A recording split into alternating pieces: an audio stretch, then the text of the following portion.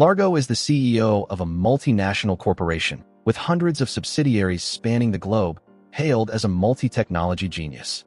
However, one fateful day, he witnesses his only son being kidnapped right before his eyes. How will the rescue journey of a wealthy tycoon unfold? The story begins when Largo and his son Noam visit a remote village, the hometown of his deceased wife, and where she rests eternally. Despite loving his son, the relationship between the two is not smooth. They have conflicts that everyone believes they are right about.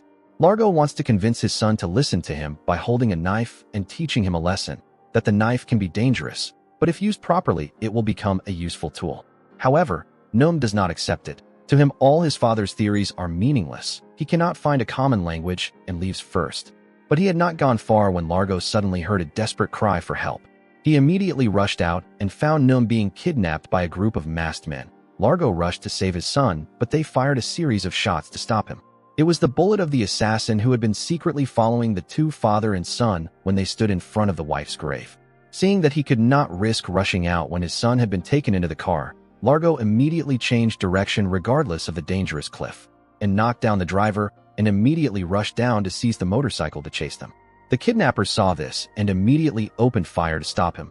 Seeing this, Largo quickly ducked down to let the car act as a shield. Taking advantage of their distraction, Noam kicked one of them off the car. Seeing the opportunity, Largo used all his strength to jump onto the car, then directly confronted the kidnappers of his son. The two wrestled fiercely in the car, and he almost got kicked off the road. But with reflexes, Largo managed to cling to the tail of the car and climbed up.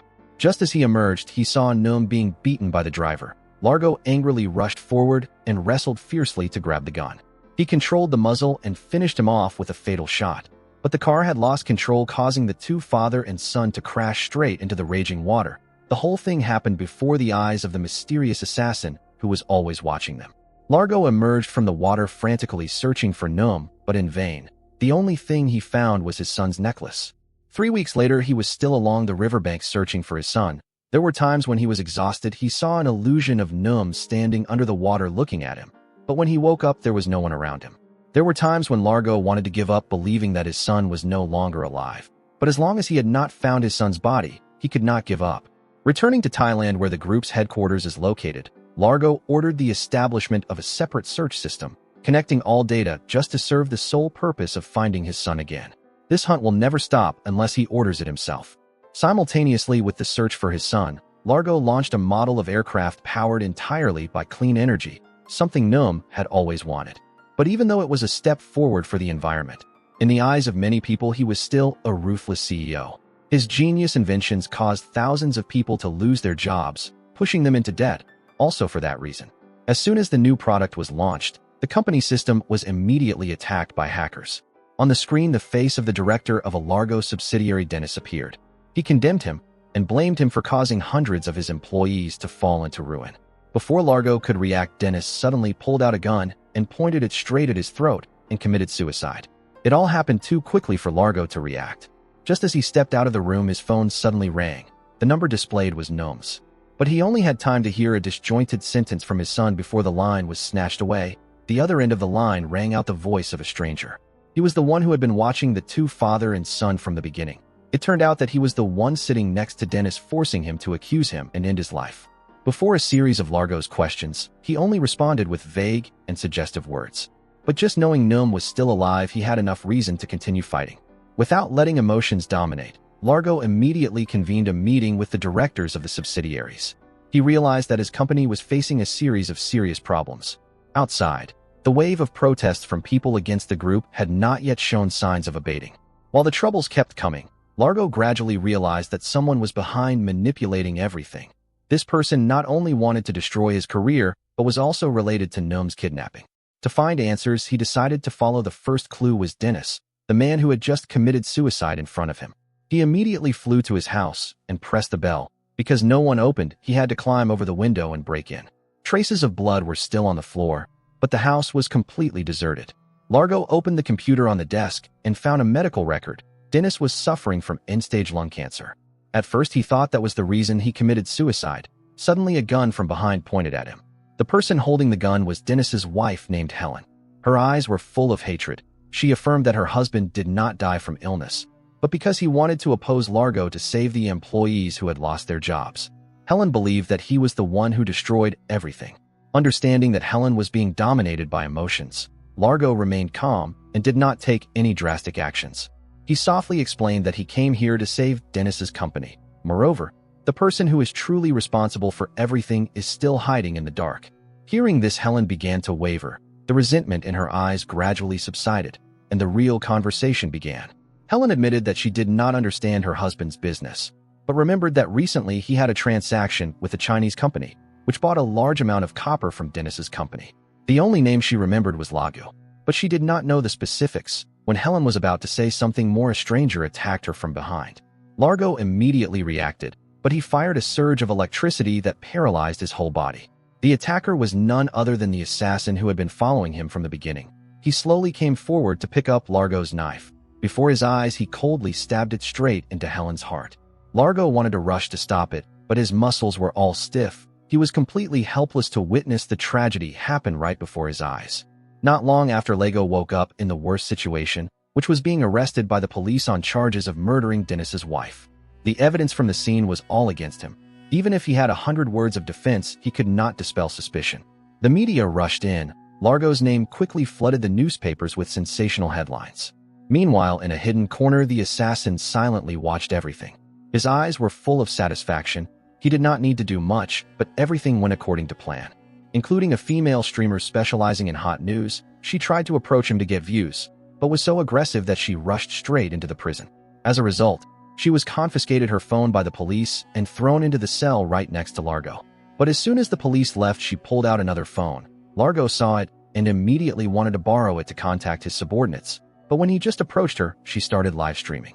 Taking advantage of the moment, she stood near Largo, quickly snatched the phone. He immediately called Cochrane, his most trusted subordinate director, but even though he made many consecutive calls, the other end did not answer. He did not know that while he was in trouble, the directors under his command had gathered to take advantage of the situation to overthrow him. An emergency shareholders meeting took place. They activated the secret code 5-1, a voting process to remove the incumbent CEO. To them, Largo was no longer a reliable leader. The company was being surrounded by protests, stock plummeted, media surrounded. If they continued to let Largo remain in office, the entire group could collapse. Cochrane, who was once loyal, now became the leader in the overthrow campaign. He was ready to push the person who was once his leader down the abyss. Largo, after not being able to call anyone, he accepted defeat and decided to do it his own way. At this time, the girl Bonnie still kept persuading him to return the phone. In the conversation, he learned that she was just an orphan girl about the age of his son. Hearing what she said, he involuntarily felt pity. A moment later, the guard came to check. Seeing Bonnie constantly cursing at him, he stepped into the cell, intending to assault her. But Largo did not let that happen. He used the phone to threaten that if he continued his hooligan behavior, he would turn on the live stream. As soon as he got close, he immediately grabbed his hand and used all his strength to beat him unconscious. Thanks to this, they both got the key and escaped. But outside, everyone gathered too crowded. They could not risk running forward. Bonnie quickly used a knife to puncture the tires of a series of police cars to create chaos. Then the two tried to steal a car to escape, but the current situation did not favor them. After a while of thinking, Largo found a truck carrying snowboards. He intended to borrow it, but accidentally made a loud noise, so the two were discovered before they could act. They were forced to move as quickly as possible. The assassin standing outside watching also realized that the target had escaped. He immediately chased after them. At this time, the two had jumped onto the snowmobile and rushed straight into the forest at breakneck speed. Bonnie did not forget to pull out her phone to live stream, attracting thousands of views and shares. The assassin used an all-terrain vehicle, so quickly shortened the distance. Largo tried to use the gun he got from the police to shoot at him, but unexpectedly, he did not hit a single bullet. While the two did not know how to shake off, the front appeared another car. The two quickly lay down, successfully glided through the bottom of the car. But the assassin was still chasing them behind. Largo immediately jumped off the snowmobile and hid to one side, just waiting for him to come near to rush out to attack. He thought that he was the source of all the trouble. While teaching him a lesson, he told Bonnie to quit live stream to force him to confess. Before millions of viewers, he did not hesitate to admit killing Helen's wife and husband, so Largo was acquitted. Then he continued to hit him a life of death, until he was about to make him confess where his son was. Bonnie suddenly rushed to kick him hard and fell down the hillside. This made Largo extremely angry, but Bonnie said that she saw him intending to do something bad to him, so just wanted to help. Knowing that he could not blame her, he could only accept the truth. Largo and Bonnie, after settling on his private plane, he immediately called his secretary Riva to report the situation. Through this conversation, he also learned that the members of the subsidiary company were plotting to eliminate him. Riva warned that he should not trust his subordinates too much, because people's hearts are not as good as he thought.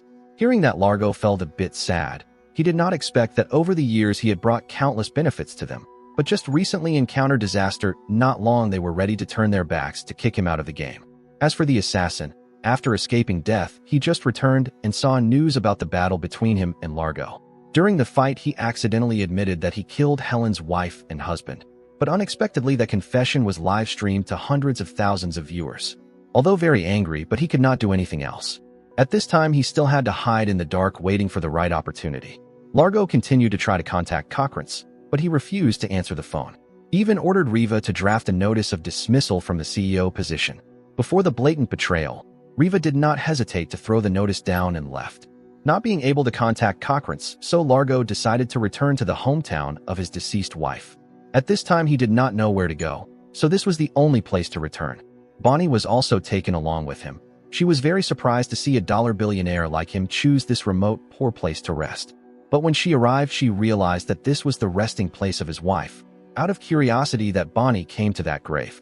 Just then, Largo also came to visit his wife. Seeing Bonnie wearing his son's shirt, he was quite angry, but she explained that her clothes were all wet, so just were temporarily. Largo was too excited that the severe headache came again. Fortunately, Bonnie learned how to take care of herself from a young age because she was orphaned, so she knew how to help him calm down. When the two were talking, Bonnie used her phone to check the news. They found that the company had officially voted to dismiss Largo. This news was like a fatal blow. Feeling turned away by the whole world, how much effort poured into the river. At this time, he truly felt the two words of people's hearts. As for Cochran's, who had the second largest stake after Largo, he was also the one who decided to fire him and thought he had won big. But when he was talking to his subordinates, suddenly this person was shot down on the spot. From the darkness, the assassin appeared. He came forward to force Cochran's to write a suicide note. When Cochran's realized that after the letter ended, his life would also end, he repeatedly refused. But at that moment, the assassin gave evidence of his daughter. She was in his hands. If he did not continue writing, she would die. Follow his words, she would be spared. Realizing that he had no other choice, Cochran's had to agree to write the last words of his life. All the crimes in the letter were blamed on Largo, that he had pushed him to the end. After completing, the assassin had fabricated the scene, so when the police came, they believed that Cochran's had committed suicide. At this time, in the village where Largo and Bonnie were staying, a bounty hunter suddenly appeared. He put a knife to his neck, but before he could do anything, Riva appeared behind and shot him with an electric gun.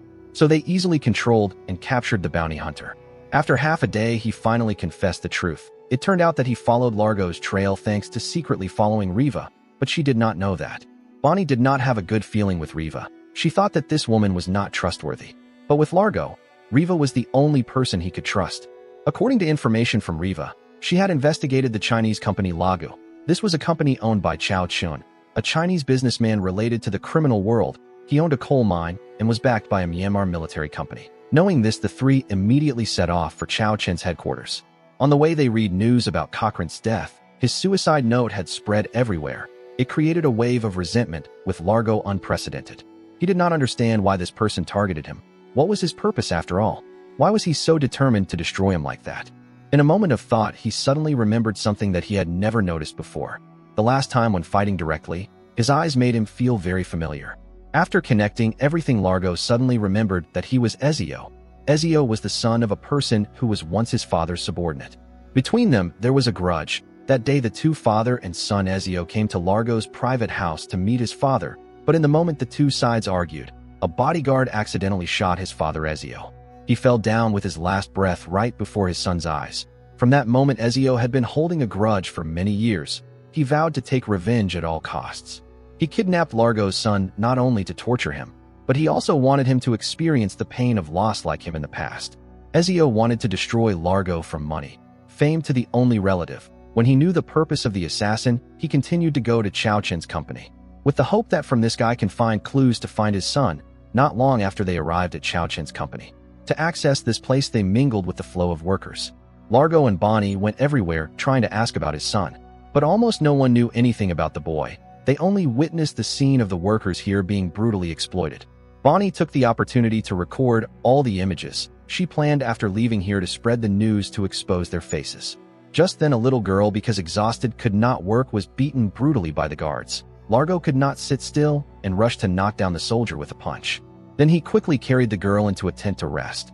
At this time, Riva had secretly approached the control area. She quietly installed into the electrical system a tiny camera capable of monitoring the entire company. But when she just finished the work, a gun suddenly poked behind her back. Unexpectedly, the person standing behind was the assassin Ezio. The two looked at each other with a meaningful smile. It turned out that just like Bonnie's hunch, Riva was not trustworthy. She was the inside of the assassin. The fact that she provided information about Chao-Chen to Largo was just a trap to lure him here. Although knowing that soon Largo would fall into the door of death, but perhaps because of the time of accompanying him had made Riva waver. She tried to persuade Ezio to spare Largo, because now he has lost everything. But Ezio did not care. With him, everything was not over. Ezio coldly looked at Riva and said that do her work or lose her life right now. Before that threat, Riva had to continue to betray Largo. She returned to the tent to show Largo the video she had taken. In the video, there was a picture of a boy looking from behind, very much like his son. After many days without news, just seeing that image, Largo's heart was like fire, just wanted to immediately rush to save his son. Riva had tried to stop because more than anyone she knew it was a trap, but she could not stop a father willing to do everything to protect his son. Largo, ignoring the danger, went straight into the main gate and raised his hand to surrender, with the hope that they would take him inside to meet Chao-Chen. While he was being taken away, Ezio was ready above. Riva tried to call him, once again begged him to spare Largo's life. But that call was accidentally heard by Bonnie. Too indignant to be betrayed, she grabbed a pot and hit Riva hard in the head. But the blow was not strong enough, so not long Riva was awake. At this time, Largo was taken to meet Chao-Chen. Just seeing Largo, he immediately smiled contemptuously. He showed Largo evidence that his subordinates had been doing illegal business with him for profit. But Largo did not care about that. The only thing he wanted to know was where his son was. He bluntly asked Chao-Chen to tell him where Gnome was being held. In exchange, he would spare his life. Chao-Chen, hearing that, felt even more ridiculous, because around him there were always armed guards. What could he do alone? When he was still complacent, Largo quickly grabbed the gun of a nearby soldier and shot down the other one. Then he used a knife to force him to reveal where his son was being held. Because he was too scared, Chao-Chen had to reveal the location. As soon as he got the information, Largo knocked him unconscious and quickly went to find his son. But the person he saw was not Gnome. That young man only had the back figure like Gnome. When he just turned around, he immediately met Ezio. He held a gun in his hand, making him unable to do anything. Ezio calmly handed out the hard drives, inside containing all the evidence of his illegal activities. These were the things he had prepared. After taking Largo's life, he would release everything to the world, to make everyone believe that because the secret was revealed, he had chosen to commit suicide. But just as he was about to pull the trigger, Riva suddenly rushed in with a bulldozer. Taking advantage of that, Largo immediately rushed forward to fight with Ezio. But standing in front of a person who had been trained properly, he was not an opponent. Again and again he was knocked down by him, although Largo tried to get up, but was continuously hit by powerful punches from him. Until Ezio was about to finish him off again, a guard accidentally saw and opened fire, forcing him to run away. Largo also seized the opportunity to escape. Immediately after, Riva took action to knock out the guard and quickly went to find Bonnie. On this side, Largo had chased after Ezio, who was standing on the high ground. Largo rushed forward to throw a punch, but only hit the first blow. The subsequent attacks were quickly defused by Ezio. The initiative was completely belonged to Ezio. But just as he was about to use the electric shock to attack, Largo quickly tore off his lapel and wrapped it tightly around his hand to prevent the electric current. Then he used all his strength to throw Ezio down and hooked him into the crane. But at this moment, Riva appeared, using Bonnie to threaten. She forced him to release Ezio. Largo was completely stunned when the person he trusted most was the one who stabbed him in the back. At this time, Bonnie suddenly woke up and snatched the gun and pushed Riva down. The two lost their balance, but Riva was more unlucky. Bonnie was lucky enough to cling to the railing and fell into the water below. Both hands were tied tightly, making their lives extremely dangerous. Without hesitation, Largo rushed down to save her. After bringing her ashore, he immediately used the electric shock device that Riva brought. After a while of effort, Bonnie was finally awake. But when he looked up, he found that Ezio had disappeared long ago, returning after a life-and-death crisis, with the important evidence that Bonnie collected in the phone. Largo had proved his innocence. The company also escaped the risk of collapse, and Bonnie got her own office. Her news channel exploded with more than 10 million followers. The future no longer had to worry about anything. Only one thing still made Largo painful, which was until this moment he still did not know whether his son was still alive or dead. In another development, in a temple, Num was brought by a monk to meet a man who claimed to be his father. According to the monk, they found Num by the river. He had lost his memory and did not remember anything about the past. Today someone claimed to be his father, so the temple decided to hand him over to the family.